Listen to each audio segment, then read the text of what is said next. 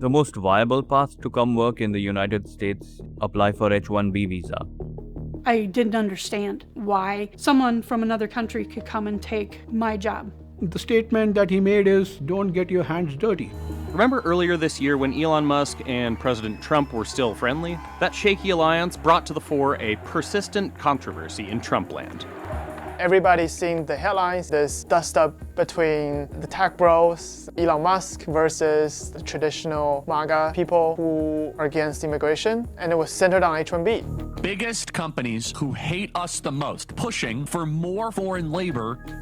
You saw Elon Musk's comments. Donald Trump voiced his own support for H-1B visas. You need a pool of people to work for your companies, and they have to be smart people. Skilled immigrant workers bring money to the US government. If you look at some of the top tech CEOs, Google, Microsoft, Nvidia, Tesla, their CEOs are immigrants. The alphabet soup of H-1B, L-1, and all manner of other foreign worker visas may seem like a simple pro versus anti-immigration issue. But looking more closely at these programs reveals a system rife with opportunities for fraud and exploitation that's badly in need of reform, and perhaps even expansion. Lottery system simply does not make sense. The way that they're using these visas is just wrong. Someone needs to be held accountable for the corruption that has happened. If you're a multinational outsourcing company, these companies don't really care who gets the visa as long as someone gets the visa. What you have is a massive labor arbitrage scheme to help corporations make profits. Labor markets are getting destroyed in the process.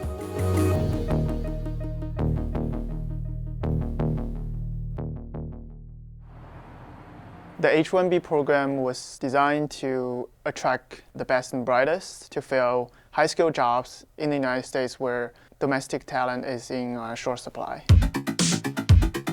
The visa was created in 1990 when the tech industry really started, and there was a short supply of tech talent and programmers.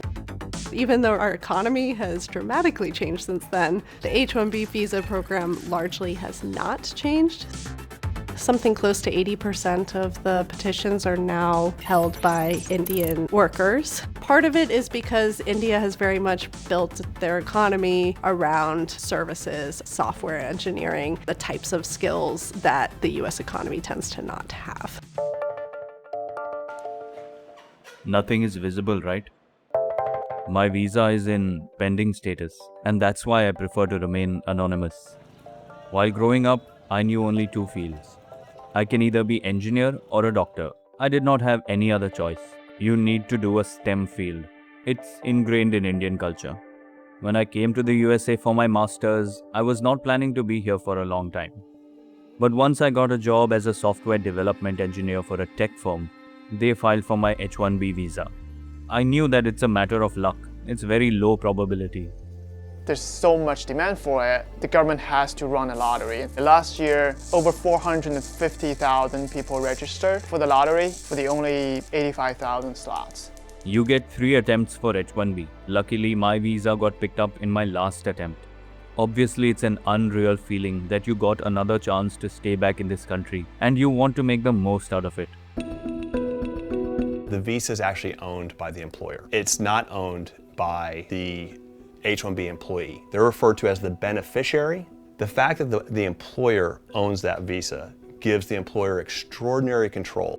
Starting in 2023, we've been hearing from sources and people on social media complaining about the surge of lottery entrants. Many firms are not getting the visas that they apply for. The irony of the program is if you are a company seeking to employ a specific person with special skills, the game is stacked against you. From the very beginning, this H-1B program was heavily dominated by outsourcing and staffing companies. Like in any lottery, the way to increase your chance is to get more lottery tickets. A lot of staffing companies got together. They basically put in the same person's name multiple times. We investigated and we put together about 3,000 IT staffing companies that game the system this way. They are staffing companies. They work with US clients. They'll hire people in India for cheaper salaries. It's the business model. Very successful business model in India. The most extreme case was a person's name was put in 80 times. In 2024, USCIS cracked down on multiple registration fraud by not selecting based on unique registrations, but rather by unique individuals. Meanwhile, large multinational outsourcing companies have been leveraging a legal loophole to overwhelm the lottery system.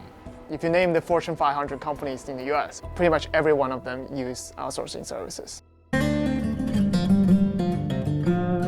Rather than bringing in top talent, the outsourcing companies bring in lower salary workers, which heightens the risk of undercutting American labor. Tomahawk is a town in northern Wisconsin. Harley-Davidson has 2 paint plants here and their extrusion molding facility. We paint all the parts that you see on the bikes. Small town America. Everybody knows everybody. When I first started, I was hired with Infosys as a contractor in the IT department. Not a lot of IT jobs up here. I mean, this is northern Wisconsin. Good jobs are hard to find. The internship was basic desktop support, monitors, printers, all that good IT stuff. I loved it. Harley-Davidson contracted Infosys for their IT services throughout Wisconsin. If you look at Indian stocks, Infosys, Tata, these outsourcing companies are kind of equivalent to the Mag 7 here. They are the biggest companies in India. In 2013, Infosys won the H-1B visa lottery on behalf of their employee and assigned him to work on-site with their client Harley-Davidson in Tomahawk, Wisconsin. Contractor from Infosys came to Tomahawk. I trained in my position, so they had me helping him find a place to stay and getting him acclimated a little bit to what he was going to expect here. Nice guy, real nice guy.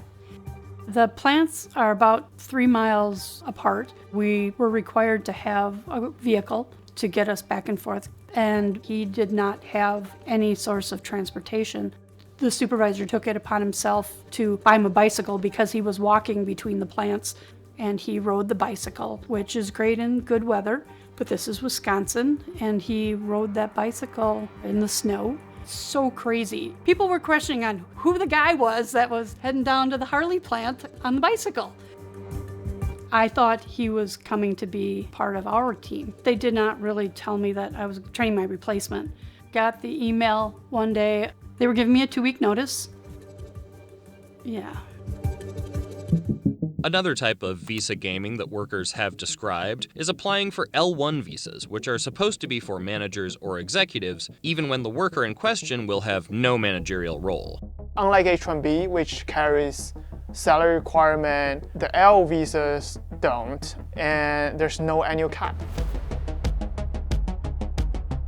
Here we are at Red Rocks Amphitheater. This is a unique landscape and the surroundings. A very beautiful place for us to get our visitors from India. We bring them here because this is a unique place which you can't experience anywhere in the world. Anil Kini is an Indian immigrant who came to this country via his employer, TCS. TCS applied for an L1A visa for me and it got approved in quick time. And when TCS won the contract for Western Union and when they offered me long-term at Denver location, I definitely took up that opportunity considering there were a lot of growth opportunities. I was made the authority for the Denver region to approve the visas and also manage the resourcing and the operations. I found that there were associates who were not performing the roles which their visas were approved for. Because you can't have 22 managers working for an account which has around 150 to 200 associates. I went to my reporting manager and questioned him, why is this happening? The statement that he made is, don't get your hands dirty.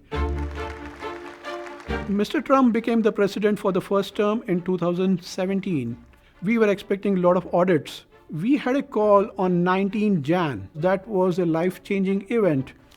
That led me to file the whistleblower complaint. In that call, the senior operations lead from North America instructed us to falsify records to be compliant with the upcoming audits. TCS, Tata Consultancy Services, is part of the Tata Group, which is the biggest company in India. What really jumped out in the data, Tata has obtained 5 times as many L1As compared to its closest competitor, like Cognizant, like Infosys, with a similar US headcount. It's unclear to us why you're in the same industry You have a similar workforce in the US, but you need 5 times as many visas. I rejected giving those approvals and I made it clear to my new manager that I would not be approving any visas which are not right. I was terminated from TCS. Okay, keep the pencil here and we will see you next week. Good job. I started looking for jobs in the IT industry. I got no response even though I was a green card holder and had all the qualifications and I was ready for it. I had already made my plans for other career options and this has worked well so far for me. Good job. If you're comfortable, do that. If it's making you slow, then try to do this way. I think there is general consensus that this program is in dire need of reform. The question at the heart of these visas is, can U.S. policymakers change this system in ways that will be more fair to workers, no matter where they're from? Or will corporate interests seek to maintain a status quo that lowers labor costs and increases their margins? Immigrants make up the bulk of Silicon Valley's workforce, so any attempt to cut back on the program is a threat to the U.S. tech industry. Founders are more likely to go to places that have a startup visa, which we don't have a startup visa. Some economists estimate that millions more engineers and developers will be needed in the USA in the coming years. Close to 60% of our PhD graduates in AI are immigrants. Some of that could be an education issue. Wherever you go, you need math, whether you're buying groceries in a store or whether you're building rockets. Math is a core skill that you need to have. That's why we have a lot of Indians doing good in engineering, because your math skills are strong from an early age. So that is the skill that we are trying to give to our students through mental math, and like math instead of hating math. I would definitely like to start something in tech. I have a few ideas. I don't think I can do that in this country with the current visa status. If visa does not work out, then I'm mentally prepared to go back. I was rehired for Harley-Davidson 2 years ago. They moved me back into kind of doing the same job I was doing when I was first here. We filed the lawsuit in 2017 and we are still awaiting the next steps. Ultimately, I feel the truth will prevail. And I'm very happy that I am owning this learning center. We are providing good education to the kids. The reason that this system's in place is because of the end clients and the corporations are making money off it. And then the middle folks, the IT staffing companies, who've taken advantage of the whole system. Raise the cap, just tie it to economic growth. And so as the economy grows, that cap increases, just so that you don't have to renegotiate this every 3.5 decades.